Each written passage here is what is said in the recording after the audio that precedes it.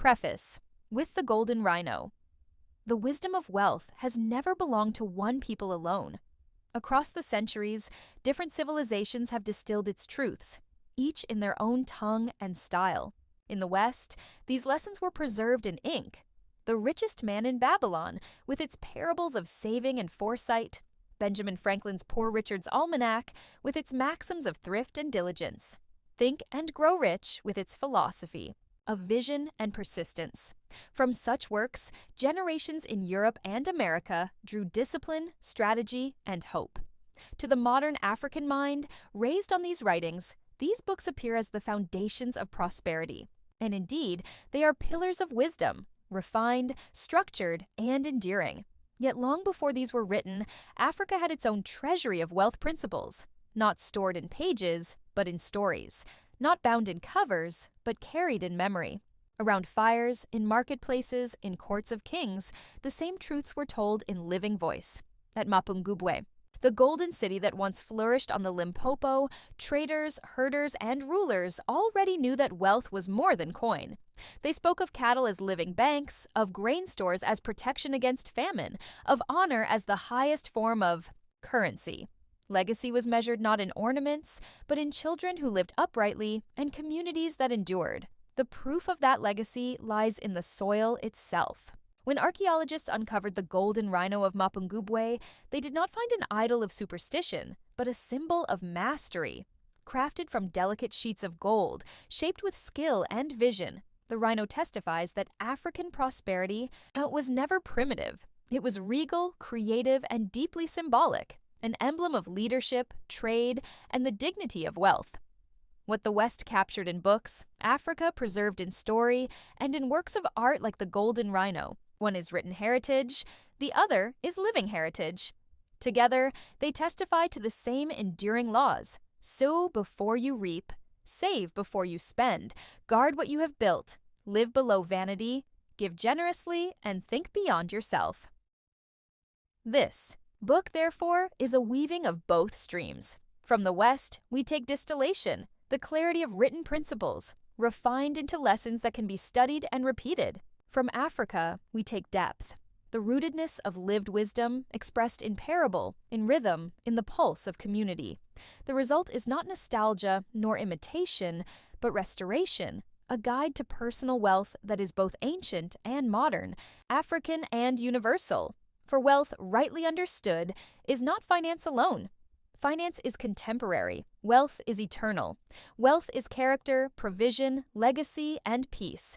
It is as old as Mapungubwe, as timeless as Babylon, as fresh as today. To wise the reader, whether you come from city streets or village paths, from modern skyscrapers or ancestral lands, this book is your inheritance.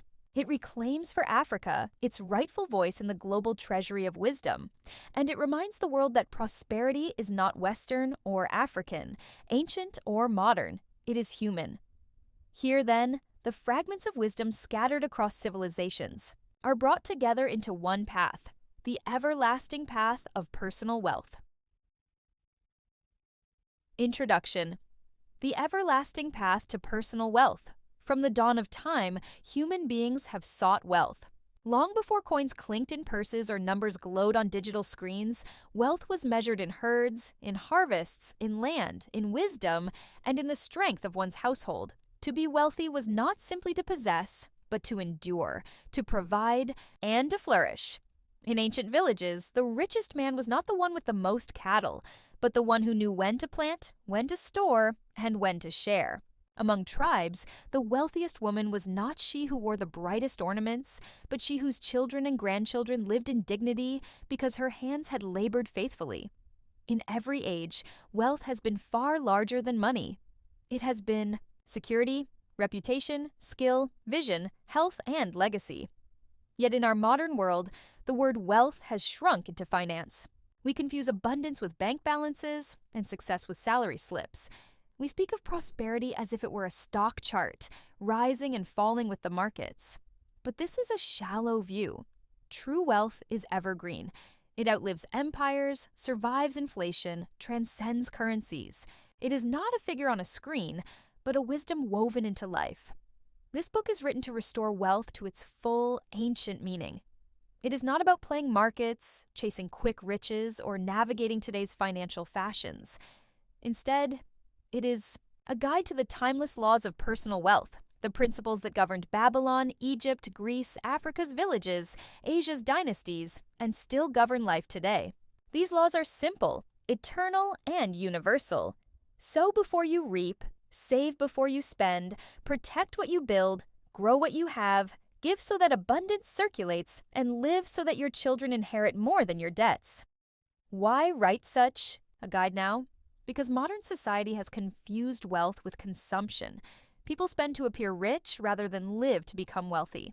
They chase symbols instead of substance, and in doing so, they miss the deep peace that comes with true prosperity, the peace of knowing you are prepared, that you provide, that you endure. This book is not about finance. It is about personal wealth, the kind that begins with the individual heart, extends to the household, spreads to the community, and endures through generations. It will speak of labor, character, time, skills, and wisdom as much as it will of money. It will call you to remember that gold is useless to the fool, but multiplies in the hands of the wise. In these pages, you will walk through the ancient laws of increase, the eternal currencies of life, the disciplines of saving and investing, and the higher purpose of wealth, to create, to sustain, and to leave a legacy. Whether you live in a village or a city, whether your income is small or vast, these laws will hold true for you as they have for every age. The journey you are about to take is not into the world of finance, but into the philosophy of prosperity. The goal is not that you count coins, but that you count on yourself. For personal wealth is not what you hold in your hand, but what you hold in your mind, your habits, and your character. Welcome, then, to the everlasting path. Walk it, and you will never be poor. Chapter 1. Wealth begins within. Before there was coin, before there was gold, there was man. And within man there was thought. All wealth, in every age, has begun not with the material, but with the immaterial. A barren desert can become a flourishing garden once a mind envisions irrigation. A plain rock can become a temple once a heart sees worship in its form. A handful of grain can become a feast once wise hands store, multiply, and share. The first law of wealth, then, is this. Wealth begins within. The inner estate. Every person carries two estates. The outer estate of possessions, tools, homes, and lands. The inner estate of thoughts, values, discipline, and vision. It is this inner estate that governs the outer. A man with gold but no discipline soon loses both. A woman with no coin but with vision and skill will, in time, gain more than coin can buy. The poverty of the spirit is greater than the poverty of the purse. To cultivate inner wealth is to master desire, to train thought, and to strengthen character. For what use is it to earn riches if fear, envy, or waste devours them? The wealth of thought is the seed from which wealth grows. A thought of laziness breeds poverty. A thought of fear breeds hesitation, and hesitation loses opportunity. A thought of dignity, courage, and perseverance multiplies into prosperity. As a field neglected grows weeds, so a mind neglected grows ruin. But as a garden tended blossoms with fruit, so a mind disciplined bears wealth. The poor in thought cannot long remain rich in possessions. The wealth of desire too is wealth. Not the restless desire that consumes, but the steady desire that directs. Every empire, every invention, every farm, every family fortune began as a desire shaped into plan, and plan shaped into work. Yet desire must be purified. Greedy desire devours itself. Envious desire chases shadows. True desire focuses on provision, on purpose, on enduring increase. To desire rightly is to summon wealth into existence, the wealth of discipline. Discipline is the invisible guard of wealth. Many have earned riches, fewer have kept them. Many have inherited fortunes, fewer have multiplied them. But those who cultivate discipline, the habit of saving, the restraint of living within means, the strength to say not yet, those people are never long in want. Discipline is the lock upon the treasury of the soul. Without it, gold leaks like water through open fingers. With it, even a trickle becomes a stream, and a stream becomes a river. The inner poverty, what is true poverty? It is not the lack of money. It is a mind without vision, a will without discipline, a heart without gratitude. Such a person, even if showered with coin, is still poor, for they carry no vessel to hold it. Their purse will always leak. Their appetite will never be satisfied. The inner wealth. And what is true wealth? It is a mind that sees beyond today, a will trained to endure, a heart that finds abundance even in little. Such a person, even if stripped of possessions, carries within them the root of prosperity. Give them seed, and they will grow harvest. Give them tools, and they will build. Give them time, and they will create. The law of beginning. Therefore, the first step in the path to wealth is not to ask, how do I earn more? But to ask, how do I become more? Riches flow to the prepared mind. Chapter 2. The Law of Provision. The farmer does not begin with harvest. He begins by plowing the soil. So too, the seeker of wealth does not begin with coin, but with character. The soil of personal wealth is the self. Cultivate the self, and wealth will surely follow. Long before man struck coins or wrote contracts, the earth taught him the meaning of wealth. The seasons whispered it, the rivers carried it, the fields revealed it. All prosperity rests upon this law. What is sown must be reaped, what is stored must be preserved. What is preserved becomes provision. The rhythm of nature. Observe the farmer. He rises before the sun, scatters seed in the soil, and waits through. Seasons of patience. The rains come, the sun warms, the stalks grow, and in time the harvest fills his granary. If he eats all his seed, he starves. If he plants and does not store, he feasts once but hungers later. But if he plants faithfully and stores wisely, he feeds his family through drought, famine, and winter. Thus, the law of provision is written, not in books but in the cycles of the earth. Sowing before reaping. Every provision begins with sowing. Sow work, reap wages. Sow knowledge, reap wisdom. Sow kindness, reap friendship. Sow savings, reap investment. The world owes nothing to those who sow nothing. The soil will not yield to empty hands. To reap is a right only earned by sowing. The storehouse principle provision is not just about gain, it is about preservation. The squirrel that gathers nuts in autumn lives through winter. The tribe that dries meat after the hunt survives famine. The man who saves a portion of every wage stands firm in lean years. A purse that is never filled becomes empty. A storehouse that is never stocked becomes barren. Provision demands that plenty today becomes security tomorrow. The wisdom of enough too. Seek provision is not to chase endless accumulation, but to ensure sufficiency. True wealth is not measured by excess, but by preparedness. The wise are not those who boast of luxury, but those whose children never lack bread. The fool says, "Let us eat and drink, for tomorrow we may die." The wise say, "Let us eat and store, for tomorrow we must live." The balance of generosity and prudence. The law of provision does not forbid generosity. In fact, it teaches it. What you store is not only for yourself, but also for those entrusted to you. To give from your provision is to multiply its blessing, but generosity without prudence is folly. To give away all seed is to leave the field barren. Provision requires balance. Keep enough to sow, store enough to endure, and give enough to sustain others. Provision as peace. The truest gift of provision is peace of mind. The father who knows his household is fed sleeps soundly. The mother who has grain in store greets winter without fear. The worker who has savings in his purse walks boldly even in uncertain times. Provision is more than food and coin. It is security, confidence, and rest. The everlasting lesson. Thus the earth teaches, sow diligently, store faithfully, share wisely, live prepared. To ignore this is to live at the mercy of chance. To obey it is to walk in steady abundance. Chapter 3. The Tenfold Path of Increase. Every tree begins as a seed, yet not every seed becomes a tree. Some seeds fall on barren rock. Some are eaten by birds. Some sprout but wither in shallow soil. Only those sown wisely, tended with patience, and protected with care grow into mighty forests.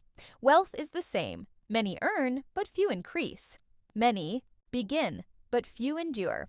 To turn beginnings into abundance requires walking the ancient road, the path of increase.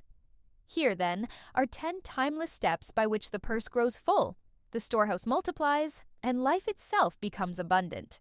Work with dignity wealth will not long remain in idle hands. To despise labor is to despise the source of increase. Whatever your craft, tilling, teaching, trading, or leading, do it with dignity. Even the humblest labor, done faithfully, becomes a root of wealth. Save before you spend. Every income, no matter how small, carries a seed of wealth. But if you consume all, you reap nothing. Put aside a portion, the first fruits, not the leftovers. As rivers fill the ocean drop by drop, so a fortune is built coin by coin. Invest where life multiplies. Do not bury what you save in the dust. Sow it where it grows. Land yields crops, skill yields wages, tools yield production, ideas yield enterprises. Choose places where life naturally multiplies, and your wealth will multiply with it. Protect what you have built. The careless man builds a house with straw, the wise man with stone. Guard your wealth as you guard your family. Do not throw coin into every scheme that sparkles. Gold has wings. Protect it, lest it fly away. Avoid idleness. Idleness is a thief in daylight. Time. Wasted is wealth lost. The idle man consumes without creating, drains without refilling, demands without contributing. Rest has its place, but idleness devours the purse. Work sustains dignity, purpose sustains increase. Live below your applause. The world claps for the spender, not the saver. The banquet, the garments, the parade of possessions, these win momentary applause. But applause feeds vanity, not wealth.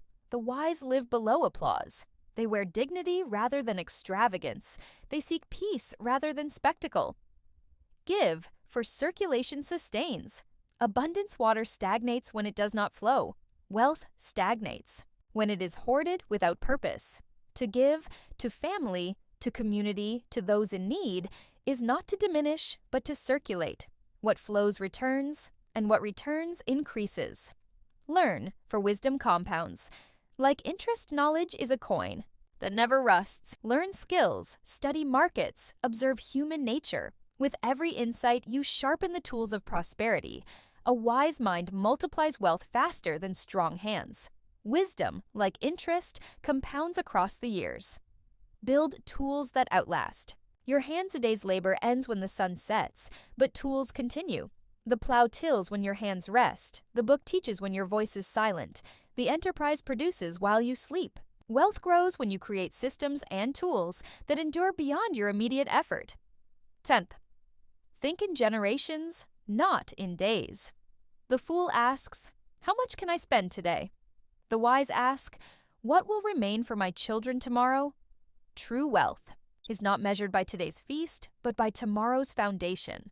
To think in generations is to build in stone, not straw. To plant orchards you may never eat from is to ensure your descendants eat in plenty. The road of increase. This is the tenfold path. Work, save, invest, protect, avoid idleness, live humbly, give, learn, build, and think beyond yourself. Walk this path steadily, and though the beginning be small, the end will overflow. For wealth does not grow by chance, but by law. As sure as the seed that, once planted in fertile soil, must in time bear fruit. At Mapungubwe, wealth was not measured, only by gold or cattle. Kings were chosen not simply for possessions, but for wisdom, discipline, and leadership of character. The golden rhino itself testifies that inner vision preceded outward mastery. The craftsman first saw wealth within before shaping it into art. Archaeologists at Mapungubwe found ancient grain storage pits, silent witnesses to the principle of provision. Families who filled them in times of plenty endured droughts and famine. The lesson is as clear today as it was then. Prosperity belongs to those who prepare. The community of Mapungubwe thrived on tenfold principles: steady labor in the fields, careful storage of grain, disciplined trade with distant lands, and the circulation of wealth through cattle, salt, and ivory. Increase was not magic, it was law, lived daily. At Mapungubwe, gold was crafted into symbols, not coins for daily use. Real wealth was trust between traders, skills of artisans, wisdom of elders, time invested in family, and health preserved through order. These were the currencies that truly sustained the kingdom. Mapungubwe stood at the crossroads of trade, exchanging ivory, salt, iron, and beads with caravans from the north and ships from the east. This thriving exchange built prosperity, proving that wealth flows where value is created and trust is kept.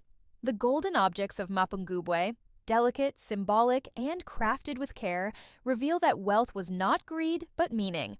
Gold was shaped into animals and emblems of leadership, showing that prosperity was tied to spirit, identity, and purpose. Burial sites at Mapungubwe contain treasures placed with rulers, not to flaunt wealth, but to symbolize legacy. There, people believed that true wealth endured in reputation, community, and what was left behind for the next generation. Life at Mapungubwe was structured by habit, rising with the sun to tend fields, storing grain with discipline, trading with consistency, crafting with skill. Their greatness was not accident, but practice, repeated until it became culture. Mapungubwe's decline reminds us that wealth, unguarded, is fragile. Environmental change, shifts in trade routes, and internal weaknesses show that prosperity can be undone by waste, vanity, or neglect. Even great kingdoms fall when enemies of wealth are left unchecked. Mapungubwe itself lived by seasons. It rose like spring, grew like summer, reaped its harvest in autumn, and finally entered winter. Its story mirrors our own lives. Each season must be honored, each legacy carried forward into the next cycle. Sidebar: the Golden Rhino, herald of everlasting wealth. When archaeologists uncovered the golden rhino of Mapungubwe, they did not simply find an ornament, they unearthed a philosophy, crafted from delicate sheets of gold and placed in a royal. Graved nearly 1,000 years ago, the rhino stands as Africa's most enduring symbol of prosperity. It was never currency, never vanity, never greed. It was art with meaning, wealth with dignity. The rhino embodied leadership, strength, endurance, and legacy, a reminder that true riches are not for display, but for purpose. Today, it calls us back to Africa's forgotten wisdom, that wealth is not measured by what you consume, but by what you preserve, create, and pass on. Like the golden rhino, real prosperity is built to endure. Chapter 4. The true currency of wealth. Men measure wealth in coins, yet history proves that coins change. Gold gives way to paper, paper to numbers on screens, numbers perhaps to something else tomorrow. But beneath these passing forms lies a deeper truth. The true currencies of wealth are timeless, and they are not money. Money is a symbol, a tool, a token of trust, but it is never the substance. The real substance of wealth lies in things that no inflation can erode, no thief can steal, no government can debase. These are the currencies that endure across every empire and every age. Time. The rarest coin time is the first and rarest currency. Every day spent is a coin you can never recover. The poor squander it in idleness, the foolish sell it cheaply, the wise invest it in things that grow. Unlike money, time cannot be multiplied. It can only be valued. The wealthy are not those who earn more hours, but those who use the hours they are given with purpose. Health, the foundation of wealth. The sick king envies the peasant who can walk. The tired merchant envies the farmer who sleeps soundly. Health is the bedrock upon which all fortunes are built. Without strength, a craftsman cannot labor. Without clarity of mind, a leader cannot govern. Without endurance, even opportunity becomes a burden. Wealth is not golden chains. It is the energy to live fully, to rise early, to labor gladly, and to rest deeply. Relationships. The wealth of trust. One loyal friend is worth more than a chest of jewels. One trustworthy partner is wealth beyond price. A person may inherit coin but squander it without guidance. Another may inherit nothing but gain fortune through the strength of allies, mentors, and companions. True wealth is measured in trust, respect, and reputation. For while coin may open a door once, trust opens it forever. Skill. The currency that cannot be stolen. Tools may be broken, lands may be lost, coins may be stolen, but a skill remains with its owner.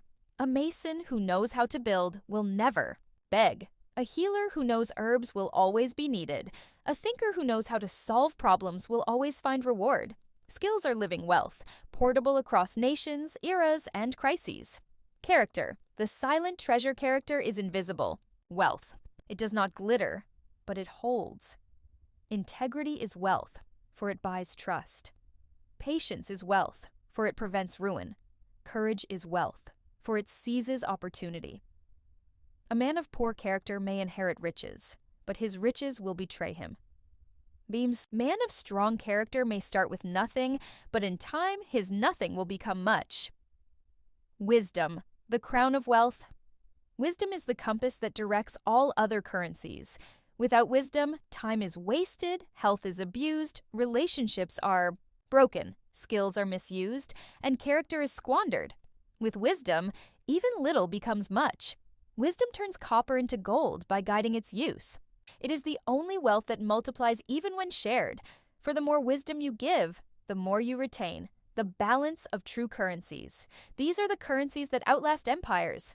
Time, health, relationships, skill, character, wisdom. Money is but their servant. He who has money but lacks these is poor. He who has these even without money is already rich, for money and time will flow to him. The eternal exchange. Every day you exchange your true currencies. You spend time, you spend health, you trade trust, you employ skill, you reveal character, you apply wisdom.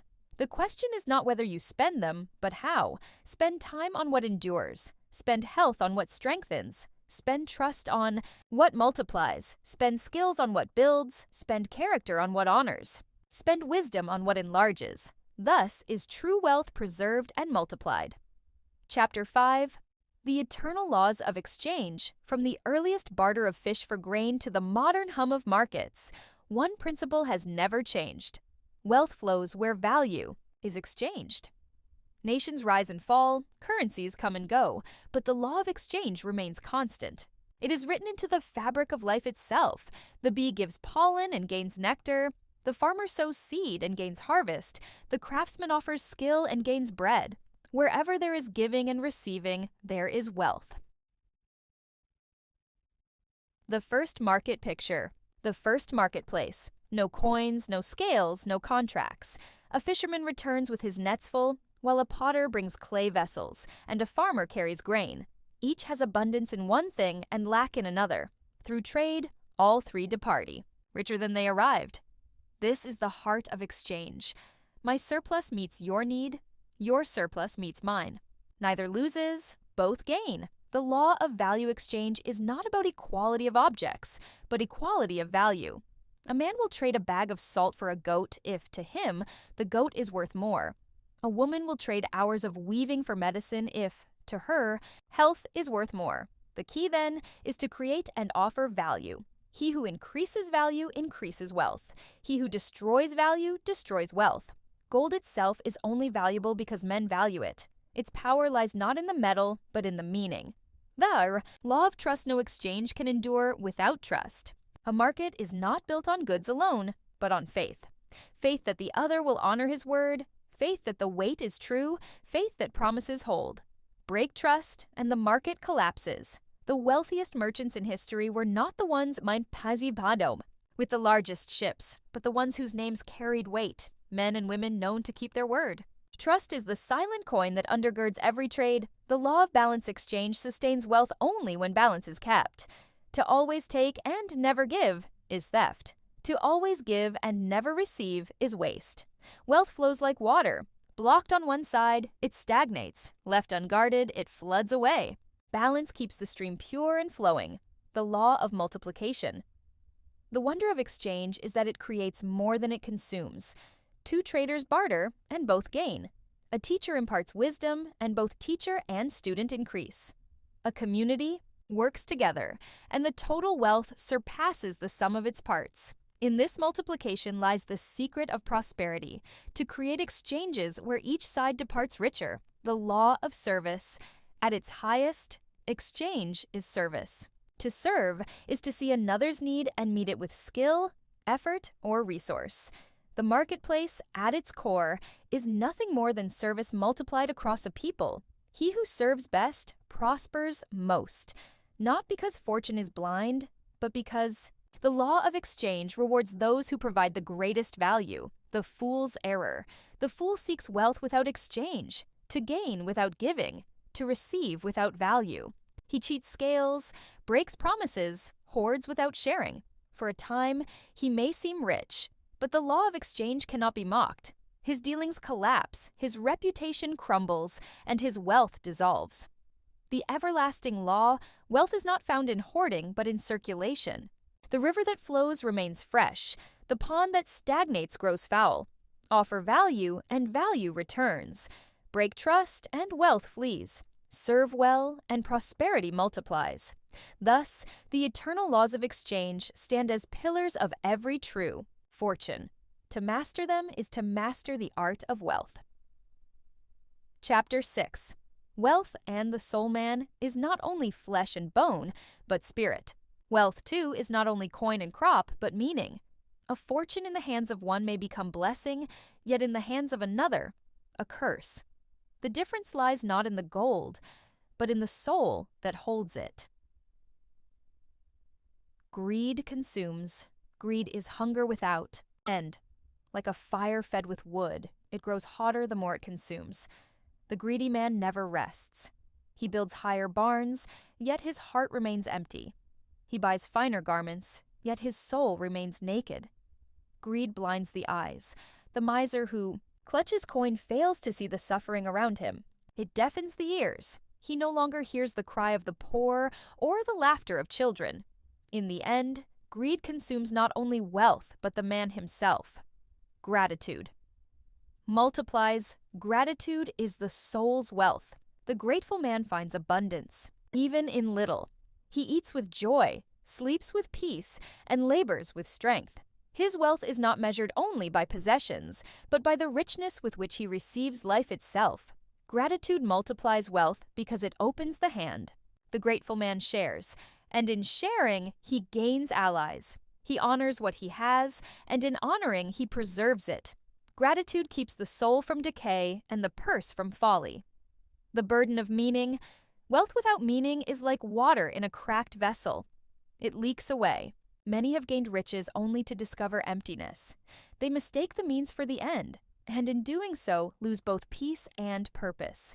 But when wealth is given meaning, to educate children, to heal the sick, to build homes, to serve the community, then even small fortunes become treasures. Meaning makes wealth light to carry, for the soul rejoices in its purpose. The poverty of riches. There are men rich in coin, but poor in soul. They sleep restlessly, fearing thieves. Chapter 7. Legacy. Wealth beyond death. Every life is a breath, here for a moment and then gone. Yet wealth, rightly understood, is more than a fleeting possession. It is a seed that continues to grow long after the hand that planted it has. Return to the earth. A true measure of wealth is not what a man spends while he lives, but what remains when he is gone. The illusion of possession. Men cling to wealth as if they could carry it beyond the grave. They build palaces, hoard jewels, and pile gold only for moths, rust, and strangers to consume them. Kings have been buried with treasure, but none awoke to claim it on the other side. The illusion of possession blinds the proud. All wealth is borrowed from time, and time reclaims it, the true inheritance. What then can one leave behind? Not coins that corrode, not garments that decay, not monuments that crumble. The truest inheritance is character, an example of integrity, courage, and faithfulness. Wisdom, lessons lived, spoken, and handed down. Provision, security that allows children and grandchildren to stand firm. Vision, a dream larger than one life, guiding those who remain. The wealth of example, a father may leave his son gold, but without discipline the gold will vanish. Another father may leave his son nothing but the memory of a steady hand, a strong back, and a faithful heart. And that son, inspired, will create fortune of his own. Thus, the greatest wealth is not transferred by coin, but by example, the seed of generations. The wise live not for applause today, but for roots tomorrow. The farmer plants orchards whose shade he may never sit beneath. The teacher shapes minds who will teach others he will never meet. The leader builds systems that outlast his own rule. This is legacy. To think in centuries, not seasons, in generations, not days. The poverty of neglect, too, is a legacy. The drunkard leaves children broken. The corrupt leader leaves nations wounded. The selfish merchant leaves heirs unprepared. Inheritance without guidance is a curse. Fortune without wisdom is ruin. The everlasting wealth legacy is the bridge between mortality and eternity. The hand may wither, the voice may fall silent, but the works, the lessons, and the love endure. To live wisely is to leave behind more than you consumed. To live abundantly is to ensure that your name, when spoken by descendants, is not a warning, but a blessing. True wealth is not what you gather, but what you leave. Chapter 8. Practical Habits of the Wealth Building. Life great fortunes are not built in a day. They are built in days. Many days lived wisely, lived steadily. Just as rivers carve valleys drop by drop, so wealth is shaped habit by habit. The foolish seek secret formulas, the wise cultivate steady practices. Here are the habits that, kept faithfully, transform an ordinary life into one of lasting abundance. Rise with purpose. The wealth-building life begins with the dawn. Each morning is new coin, unspent, fresh from the treasury of time. The rich in soul rise early, not merely to labor, but to set intention. Begin the day with clarity. What must be sown today? What must be preserved? What must be avoided? A morning wasted is a fortune diminished. Record and reckon keep account of your affairs. The farmer who does not count his seed cannot know his harvest. The merchant who does not tally his goods soon loses them. Write down what you earn. Write down what you spend. Write down what you owe. Write down what you save. Clarity is wealth. Confusion is loss. Save before you spend. Make it law. When coin enters your hand, a portion belongs to your future. Do not wait to see what remains at month's end. Wealth is never what is left over. It is what is set aside first. The habit of saving is not about amounts, but about faithfulness. Even the smallest coin, saved regularly, grows into strength. Guard against waste. Wealth leaks not only through great losses, but through small leaks, idle purchases, careless habits, unexamined expenses. The wise review their spending as a shepherd inspects fences. Every coin saved from waste is a seed reclaimed for sowing. Cultivate skills daily. The body weakens when not exercised, and so does the mind. Each day, learn something. A new skill, a sharper practice, a deeper insight.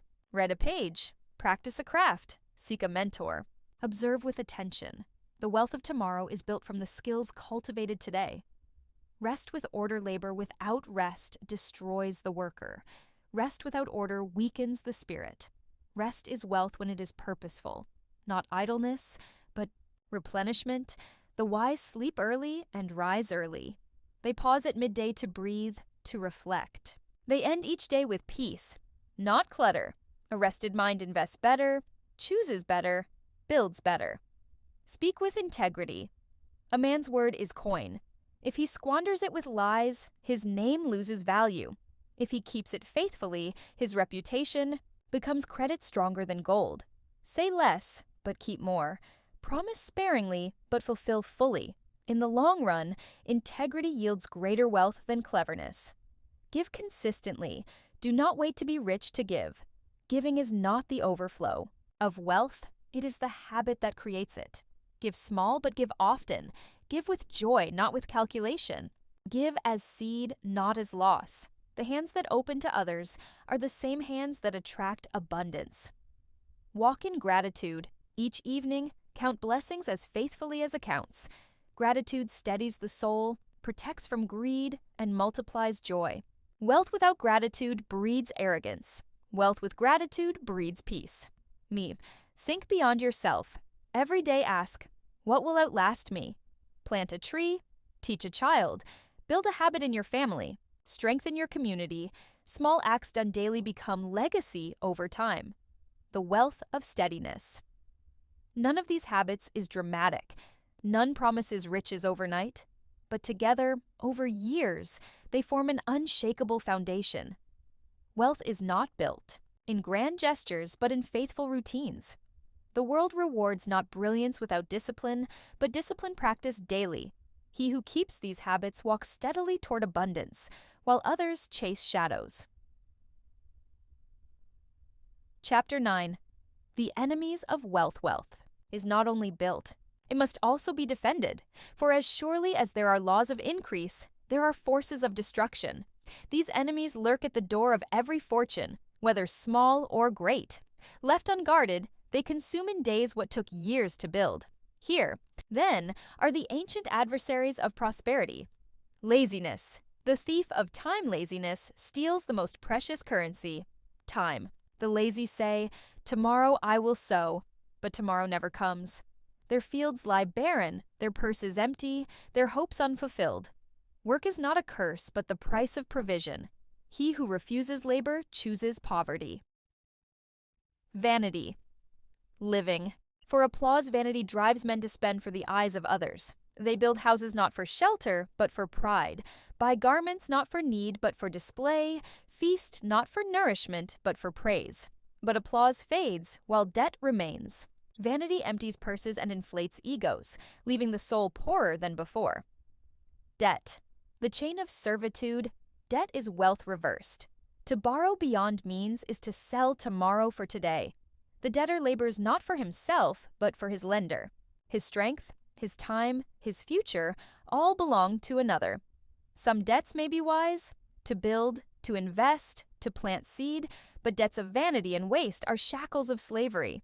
The wise walk carefully, owing little, and paying swiftly. Tinkriti? Gambling. The fool's hope, the gambler seeks harvest without sowing, riches without labor, gain without value. He trusts in chance, but chance is a cruel master. For everyone who boasts of winning, 100 sit in silence, broken. Gambling is not the path of wealth, but the highway of ruin. Waste, the leaking vessel. A purse may be filled, but if it leaks, it empties. Waste is the silent enemy of wealth. Food left to rot, tools left to rust, time left unused, energy spent on nothing. Even great fortunes can be drained by carelessness. Wealth preserved is wealth doubled. Fear. The silent prison fear freezes the hand and blinds the eye. The fearful man never invests, never ventures, never acts. He buries his coin in the ground, and in the ground it stays. While the bold grow, the fearful shrink. Wealth belongs not to the reckless, but to the courageous who dare with wisdom. Envy, the poison of the soul. Envy spends life looking at another's field while neglecting one's own. It breeds resentment instead of labor. It breeds complaint instead of creativity. It devours joy and blinds the eyes to blessings already possessed. Envy never builds. It only corrodes. The guard at the gate. The wise do not merely seek wealth. They guard it. They labor against laziness, humble vanity, avoid foolish debt, shun gambling, prevent waste, overcome fear, and silence envy. For wealth, like a garden, must be weeded as well as planted. If you guard not against these enemies, your harvest will wither, though the soil was rich. The final warning: wealth is fragile. A lifetime of habits can be undone by one unguarded enemy.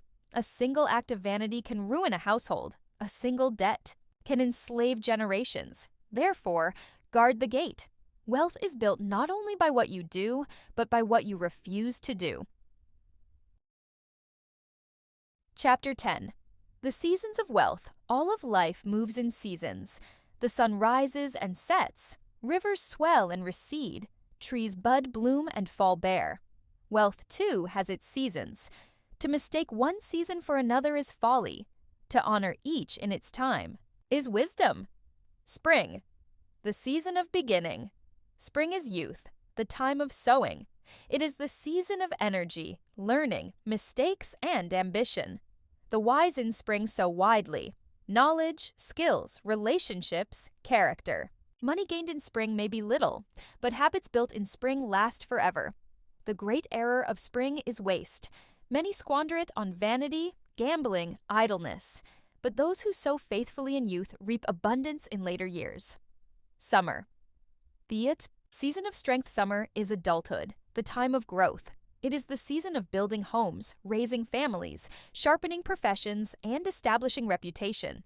The labor is heavy, the sun hot, but the harvest is forming.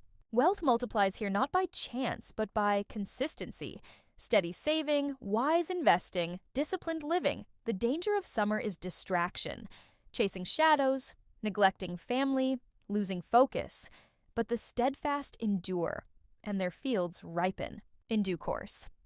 Autumn. The season of harvest autumn is maturity, the time of reaping. Years of labor now bear fruit. Businesses stabilize, children grow, communities respect the seasoned hand.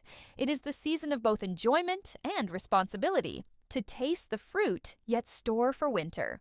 Here, generosity becomes wealth's highest purpose. The wise in autumn ask, "What will remain when I am gone?" They plant orchards for generations, not feasts for today. Winter. The season of rest. Winter is age, the time of reflection and legacy. The body slows, but the mind can shine. The harvest of earlier years sustains. The wisdom of earlier mistakes instructs. It is the season of counsel, of passing on stories, principles, and blessings.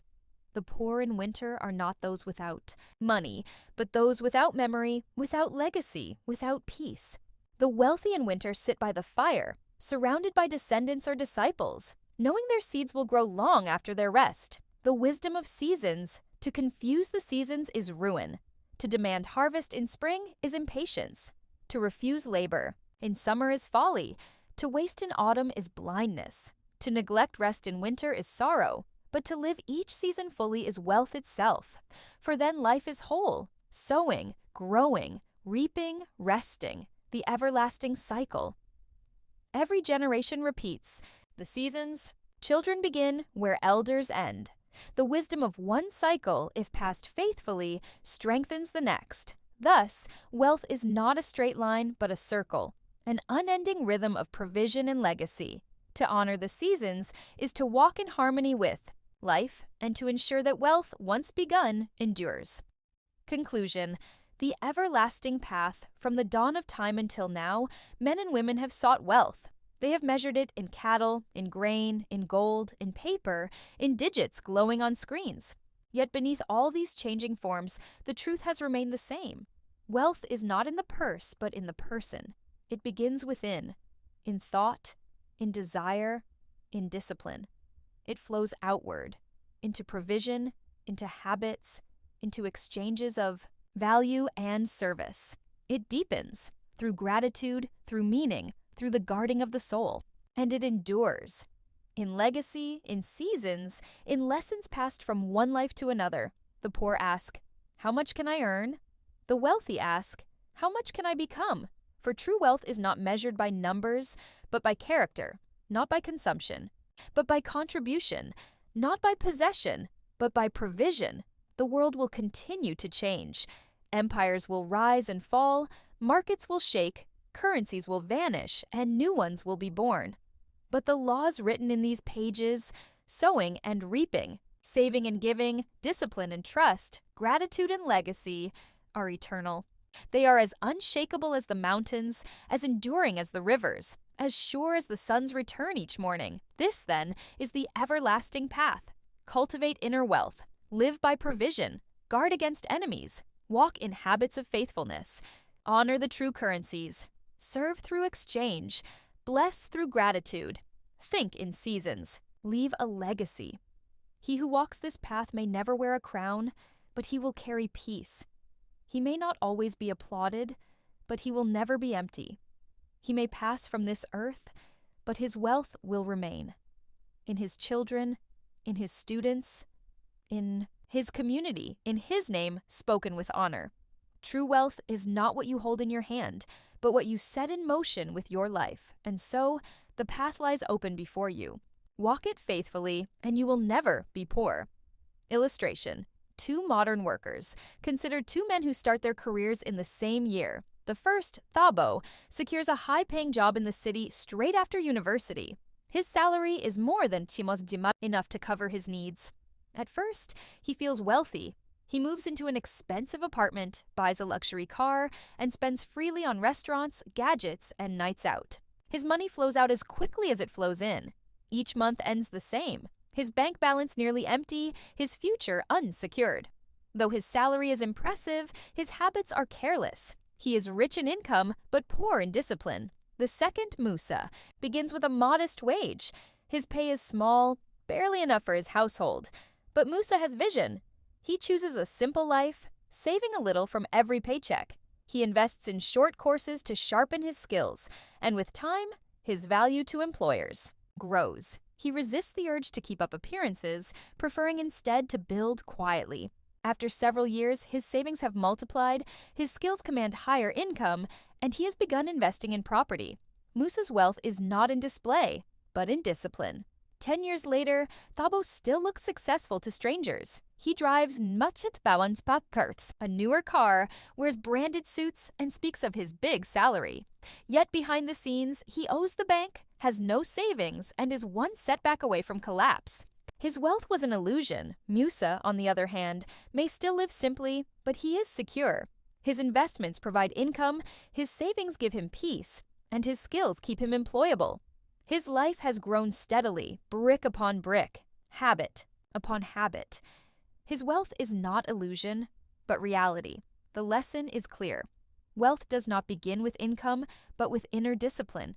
High pay without vision leads to poverty, while modest pay with discipline leads to abundance. Parable. The heir who squandered his cattle in the days of Mapungubwe. A young heir inherited a great herd of cattle when his father, a respected elder, passed away. The herd was strong, the kraals full, and the family's name honored. The father had built this fortune through years of discipline, careful breeding, wise trading, and never wasting what he had. But the son was restless. Instead of tending the herd, he sought the applause of other youths. He wagered cattle in games of chance, lost some, and risked more to win them back. He paraded his animals at feasts, slaughtering them carelessly to show his wealth. He borrowed from other families to sustain his habits, promising to repay but sinking deeper in debt. Within a few years, the once proud herd was gone.